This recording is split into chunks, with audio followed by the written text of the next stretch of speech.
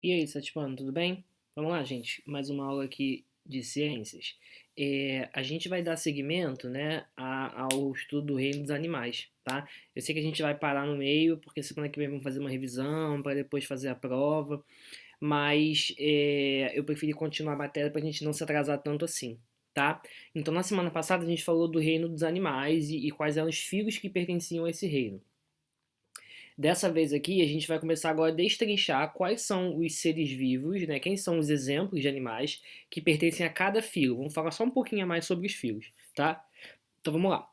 Primeiro a gente vai começar aqui pelo filo dos poríferos, que basicamente são compostos pelas esponjas, tudo bem? Então repara aí pelas fotinhas, olha só como é que são as esponjas do mar, né? Elas são sésseis, né? Elas são fixas, elas não se movem, elas não nadam, né? E elas são os animais mais simples que nós temos, são as esponjas, tipo Bob Esponja, tá bom? Então, o filo porífera, né? Os poríferos. Os representantes desse filo são chamados de esponjas ou poríferos.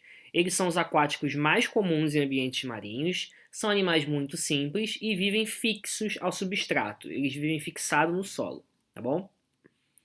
E os poríferos, né, são animais aquáticos, então, que têm o corpo recoberto por pequenos poros. Olha o nome, ó. Por que o nome desse filo é porífero, né? Porque os animais que pertencem a esse filo têm o corpo cheio de porinhos, cheio de poros, cheio de buraquinhos, tá bom? Podendo apresentar a forma de vaso, forma de globo ou achatado. Há espécies que medem 1 milímetro e outras com cerca de até 2 metros de diâmetro, né? De diâmetro. A coloração geral do corpo pode ser variável, né? Tem várias cores, vários tons aí de esponjas, tá bom? Características gerais, então, olha só. Por serem os animais mais simples que habitam o planeta, né, eles não têm órgãos. Então, assim, as esponjas são muito simples, elas não têm coração, pulmão, nada disso. Como é que elas se alimentam? Elas vão filtrar a água, né, que está vindo dela, que está vindo aí no mar, né? E aí dessa água elas vão retirar o alimento e vão fazer as trocas gasosas, vão liberar gás carbônico, vão absorver o oxigênio. Então, olha aqui, ó, a água que entra que vai passando por ela, né, pela esponja, tem tanto alimentos quanto oxigênios, né? Quanto oxigênio, perdão. E a água que sai tem os resíduos, né, de respiração, etc e tal, ok? Para se alimentar, então, as esponjas movimentam os flagelos dos coanócitos, que é uma célula que ela tem ali dentro, tá? Fazendo o fluxo de água entrar pelos minúsculos poros do corpo e sair pela abertura superior, que é o ósculo. Desse modo, as esponjas filtram a água, retirando o alimento, né, e fazendo a digestão aí dentro da célula.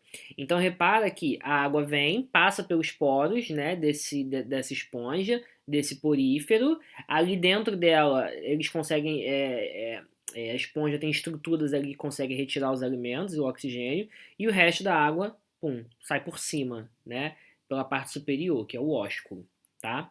Então, a gente diz que a alimentação da esponja, a gente diz que as esponjas são filtradoras, inclusive. Exatamente por isso, porque elas ficam paradinhas ali só esperando a água passar para elas pegarem o alimento que elas precisam, tá? Simples, tranquilão, né? Agora a gente vai pro filo dos quinidários, que é um filo bem diverso, assim, assim.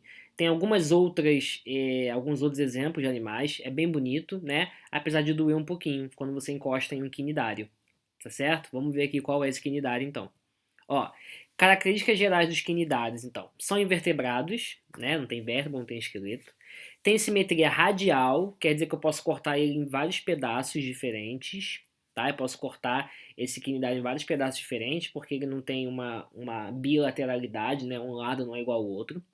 Eles têm células nervosas, olha como é que eles já são um pouco mais desenvolvidos do que as esponjas.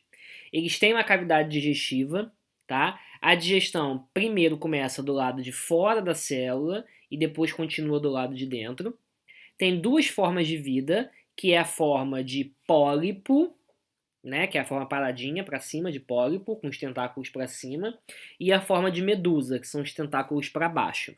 E a principal característica dos quinidários, eu acho que é a presença dessas células que a gente chama de quinidócitos, perdão, quinidoblastos. O que são essas células? São células urticantes que estão presentes nos tentáculos. Então esses animais eles conseguem liberar uma substância ali que é tóxica, que é urticante, que queima, dá um choque, né? É a famosa água-viva, gente. A água-viva é um quinidário. Quando você encosta na água-viva, quando ela encosta em você, ela não dá um choquezinho, não dá uma queimadura, não arde um pouquinho? Por conta dessas células, os quinidoblastos, tá? Então tem a forma móvel, que é a forma de medusa, tipo água-viva. Água-viva é móvel, né? Ela não tá parada, ela é móvel. E eu tenho a forma fixa, que é o pólipo, que a gente chama, que são as anêmonas, anêmonas do mar. Sabe o que é a anêmona do mar? É a casa do Nemo, aonde o Nemo mora, é uma anêmona. Também é um quinidário, só que os tentáculos estão para cima, porque tá paradinho, tá certo? Então aí tem os representantes, ó, as hidras, as medusas, as anêmonas do mar e os corais, né, os recifes de corais também que a gente vai ver. Então vamos ver alguns dos quinidades. Ó, eu tenho aqui as caravelas, né? Perdão, que é o subfilo de hidrozoários que a gente chama. Né? A caravela parece um misto, né? Assim, de água-viva e tal. Mas são bem bonitinhos também, apesar de ter essa questão da célula urticante que vai te queimar se você encostar, tá? Eu tenho essa classe Sifozoa, que a forma predominante é a forma de medusa, né? Como água-viva, por exemplo, bem bonita, né? A forma de medusa é a forma móvel, lembra sempre disso, tá? E aí o quinidoblasto, então, é a estrutura responsável pela defesa do animal e a captura de alimentos, né? Porque assim, pensa que pra gente vai só arder um pouquinho e beleza, a vida continua. Mas para pequenos peixes, essa substância urticante, ela pode neutralizar o peixe, ela pode matar o peixe ou algum outro animal, né, presente ali.